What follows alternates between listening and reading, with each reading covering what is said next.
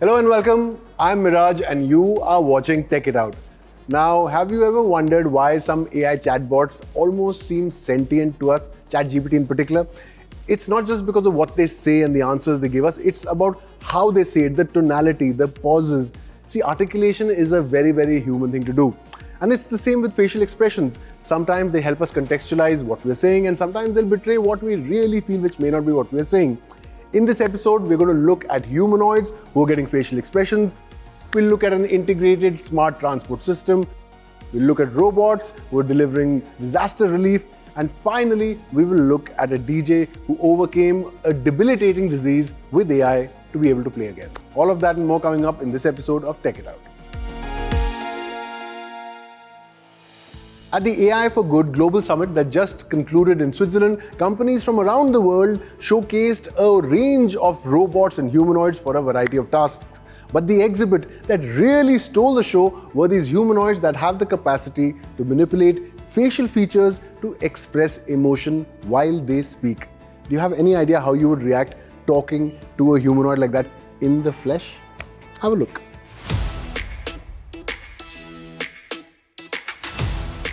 Humanoid robots are becoming increasingly human-like. They can walk, gesture, hold conversations, and now even change their face. At the AI for Good Global Summit in Geneva, a Swiss startup unveiled a humanoid robot that can instantly take on the likeness of different people, while using facial expressions to make conversations feel more natural. The robot is called Robot, and its developers believe the future of human-robot interaction may depend as much on non-verbal communication as it does on artificial intelligence.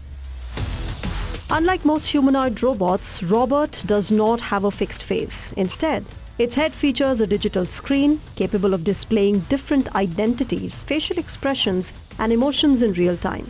During the summit, visitors saw the robot appear with the faces of Donald Trump, Mark Zuckerberg, and Barack Obama. But the aim is not to create a perfect human replica. The developers say that the robot always remains visibly a machine, while using digital expressions to make interactions feel more comfortable and engaging. Donc ça c'est Robert le robot.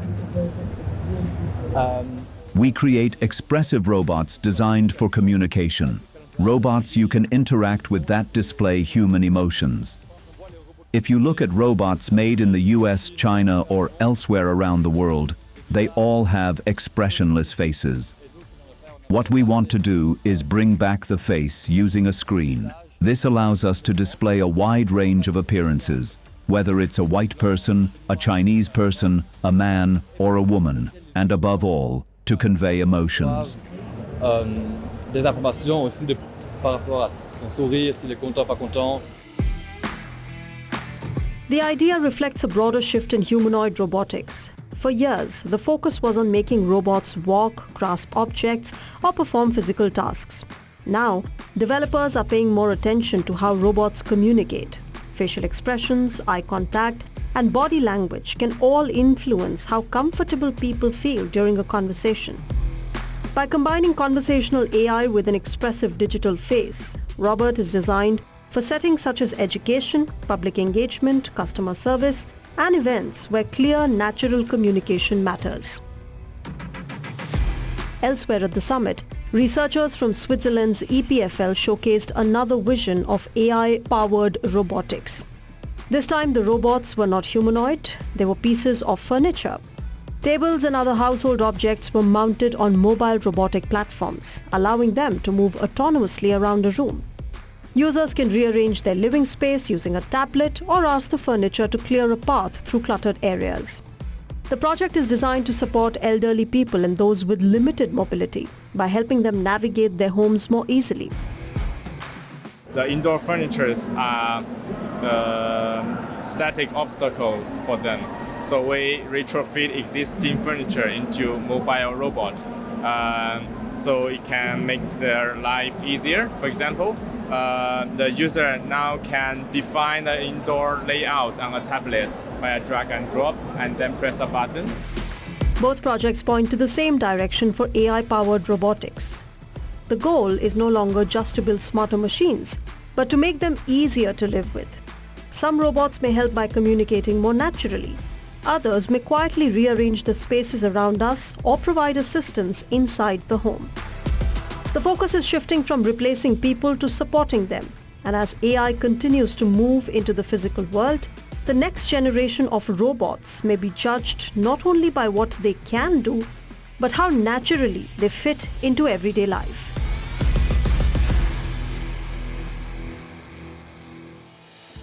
One of artificial intelligence's superpowers is its ability to go through troves and troves of data and spot patterns. That is why it is so good at looking at X-rays, for example, better than doctors.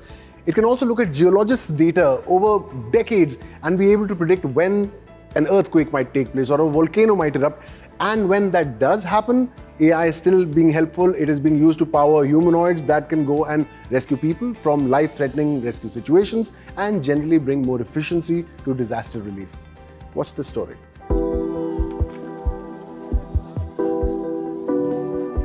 When disaster strikes, the first few hours can determine how many lives are saved. But getting help to the right place is often as challenging as the disaster itself. Roads may be destroyed, communications can fail, and emergency teams must decide who needs help first. Now, artificial intelligence is beginning to change that. From self-driving relief vehicles to AI-powered damage mapping, a new generation of tools is helping humanitarian organizations respond faster when every minute counts. One of those projects looks more like a space mission than a disaster response vehicle. Developed by the World Food Programme, Germany's Aerospace Research Center, DLR, and several technology partners. Project Ahead adapts robotic systems originally designed for space exploration. Its all-terrain vehicles use cameras, sensors, and remote operation to travel through areas too dangerous for human drivers. The idea emerged after peacekeepers escorting food deliveries were killed during a humanitarian mission. The question was simple. If scientists can remotely drive a rover on another world, could the same technology deliver food through a war zone? The result is a system designed to cross flooded ground, rough terrain, and high-risk areas, without putting more lives at risk. Well, the World Food Programme has approached us, I think 5 years ago, with a use case where there have been killed 9 blue helmets by food delivery. And they asked us, but you don't have the technology for remote operating rovers on the far planets. Could that be applied to our use case where we don't want to risk any more drivers, or we bring the people out of the danger zone? So that's why it had started. AI is also helping decide where aid should go first. The World Food Programme already uses artificial intelligence to optimize supply chains, forecast food insecurity, and improve early warning systems. As World Food Programme, every dollar that we receive needs to be most efficiently and effectively spent. So AI is one of the levers that helps us do that. So we use AI for supply chain optimization, for early warning systems, but also for delivery where nothing else is possible. One of the most powerful tools is Hunger Map Live. The platform combines real-time data to track food security around the world. While AI models are now being used to predict conditions up to 90 days ahead, elsewhere, the humanitarian OpenStreetMap team is using AI to solve a different problem. After earthquakes in Venezuela, emergency teams had very little digital map data to show which communities had been hit the hardest. In the case of Venezuela, there was very little open map data available, meaning early responders could not know where to go first, where to first deliver food, where to first develop shelter, where to first evacuate people, because of the lack of open geospatial data in that area. So the organization built an open platform called FAIR. It uses AI to identify buildings from satellite imagery, while thousands of volunteers verify the results using a simple mobile app. Within just 4 days, more than 600 volunteers had helped map the damage, allowing emergency responders to prioritize food, shelter, and evacuation efforts. AI is also transforming how we prepare for disasters before they happen. Weather agencies are using AI to improve forecasting, while early warning systems are becoming faster and more accurate. This is the output of our data. You can actually see on the hexagon level, it's confirmed damage, meaning that more than the majority of the people have confirmed that actually in that area there's a high damage of buildings. Some countries have already deployed AI-based disaster alerts. Others are still testing the technology, but researchers say AI is not a silver bullet. Extreme weather driven by climate change is creating conditions that have few historical precedents, making prediction more challenging. Still, as disaster becomes more frequent, artificial intelligence is emerging as one of the most important tools in humanitarian response, helping relief agencies see more, respond faster, and deliver help where it is needed most. This is a story about how artificial intelligence is being used to alleviate the lives of people who've been afflicted with debilitating disease. In this case, this is a DJ in Japan, visual artist as well, who has ALS, which is amyotrophic lateral sclerosis. It's a debilitating motor neuron disease. This guy is using robotics, eye tracking, and brain-computer interfaces to be able to get on stage and play again. I mean, if there's ever an illustration of how technology can improve our lives, folks, this is it.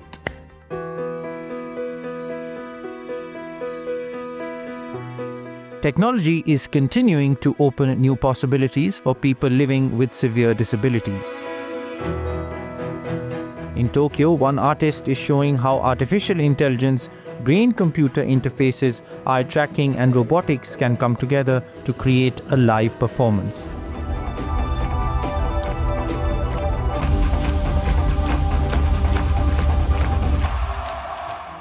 Masatane Muto, better known as IVDJ Masa, has amyotrophic lateral sclerosis, or ALS.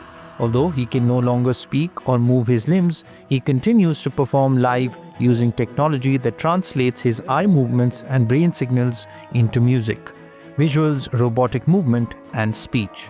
He recently took to the stage at Move FES 2026, a music and technology festival he founded to raise awareness about ALS and demonstrate how technology can help people continue creating. ALS, also known as amyotrophic lateral sclerosis or motor neuron disease, is a progressive neurological disorder that damages the nerve cells responsible for controlling voluntary muscle movement. Over time, patients gradually lose the ability to walk, speak, swallow, and eventually breathe without assistance. According to the World Health Organization, more than 300,000 people worldwide are currently living with ALS, and nearly 100,000 new cases are estimated to be diagnosed every year. There is currently no cure, with treatment mainly focused on slowing disease progression and improving quality of life. Muto was diagnosed with ALS when he was just 27 years old. At the time, he was working at a Japanese advertising company and had only recently started his relationship with his future wife. As the disease progressed, Muto lost the ability to speak and move his body. Today, his eyes have become his primary way of interacting with the world. Using eye-tracking technology, he can type words, control a computer, and even create digital artwork. An AI-generated voice built from recordings made before his airway surgery speaks the words he types, allowing him to communicate during both daily life and live performances. The designs on his stage costume, including the flower patterns, were also created using this system. Music and fashion are both my identity and an important communication tool for me to connect with the society boundlessly beyond disability. The performance itself combines multiple technologies. Electrodes placed on Muto's scalp capture brainwave activity through a brain-computer interface. An AI-based system interprets those signals and translates them into commands that control robotic arms mounted on his specially designed jacket. At the same time, eye tracking allows him to operate music, video content, and visual effects projected during the show.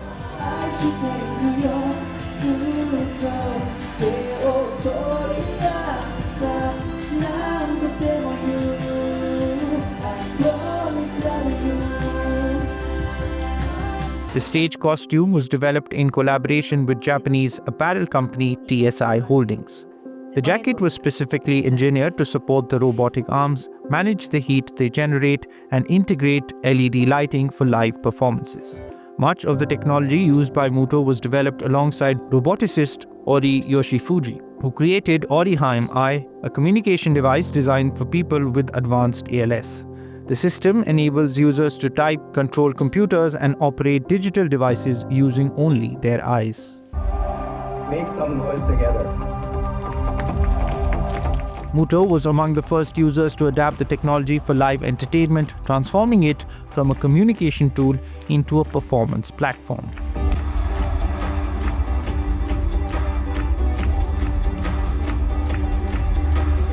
This year, he also successfully controlled a drone using the same brain-computer interface during his live show.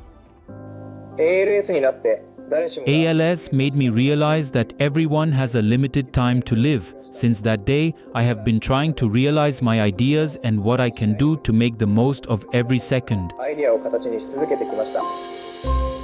For Muto, the technology represents far more than innovation. It has allowed him to continue expressing his creativity despite a disease that has progressively limited his physical movement.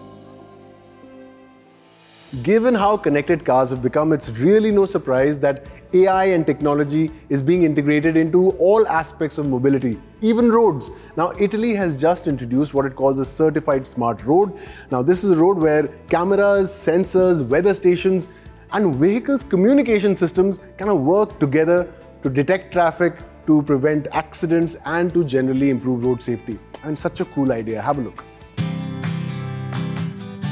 Italy is taking a major step towards connected transport with the country's first certified smart road. The project is located on the Naples Ring Road, a 20-kilometer motorway that carries around 250,000 vehicles every day and connects the city to Italy's national road network. Rather than expanding the road itself, the focus is on making the existing infrastructure intelligent. The Naples Ring Road represents a vital artery in the south of our country, but also a center of technological excellence where we chose to develop the Smart Road program. This choice was driven by technology investments made in recent years and the high volume of traffic which allow for real-world day-to-day testing. The Smart Road uses a network of cameras, sensors, weather stations, detection gantries, and vehicle communication antennas to collect continuous data from the road, traffic, and surrounding environment. The entire motorway functions as a connected digital infrastructure. Along the route, 217 cameras, 15 detection gantries, 8 weather stations, and 40 communication antennas have been installed. The antennas use both ITSG5 and cellular V2X technology, allowing vehicles and road infrastructure to exchange information in real time. Una smart road come quella che WION ha sviluppato per... The Naples Ring Road represents a vital artery in the south of our country, but also a center of technological excellence where we chose to develop the Smart Road program. This choice was driven by technology investments made in recent years and the high volume of traffic which allow for real-world, day-to-day testing. E terzo, comunicare e inviare questi servizi e queste informazioni proprio all'utenza stradale. The system collects data, processes it using digital platforms, and then delivers relevant information directly to road users. This constant flow of information enables the road to respond more quickly to changing traffic conditions. One of the Smart Road's most important features is its ability to detect incidents and communicate them to approaching vehicles. If an accident or traffic buildup is detected, the system can issue a dynamic speed limit before drivers reach the incident. By reducing speed early, the technology helps lower the risk of secondary collisions while also reducing congestion. The Naples Ring Road and the Smart Road project represents the first step toward increasingly strong cohesion and connectivity between highway infrastructure and vehicles, all in support of a strategy consistently aimed at ensuring greater safety and sustainability in traffic flows for both people and vehicles. The continuous exchange of data between vehicles and the road creates a more connected traffic management system than traditional motorways. The dynamic speed limit service was one of the key technologies that helped the Naples Ring Road become the first motorway in Italy to receive official Smart Road certification from the Italian Ministry of Transport. Uno degli elementi essenziali che ha permesso al Ministero dei Trasporti One of the key factors that enabled the Ministry of Transport to certify the Tangenziale di Napoli as Italy's first smart road was the dynamic speed limit service, a capability that allows the smart road not only to detect a traffic accident but also to alert approaching vehicles well in advance, enabling them to slow down and pass the scene while reducing congestion and tailbacks. L'ingolfamento e la coda. The certification recognizes the road's ability to monitor conditions, process data, and deliver safety information directly to connected vehicles. As more vehicles become capable of communicating with road infrastructure, these services are expected to become even more effective. The Naples Smart Road is currently serving as a live testbed for future transport technology. La Smart Road e in particolare il Dynamic Speed. The Smart Road, and specifically the Dynamic Speed Limit System, is an innovative technology representing the latest trial by the Autostrade per l'Italia Group. It allows information about unfolding events to be relayed directly to the vehicle, enabling drivers to adjust their speed based on the data communicated by the infrastructure. Di adeguare la velocità di guida a ciò che l'infrastruttura gli comunica.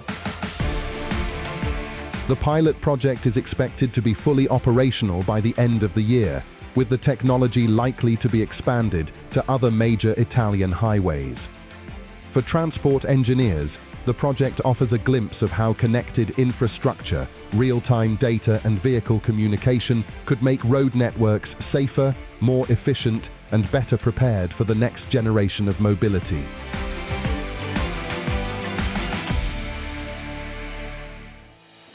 What I find really startling is how time is telescoping when it comes to advancement in technology. What was science fiction till a few years back, I mean, you're going to see it manifested in reality in no time.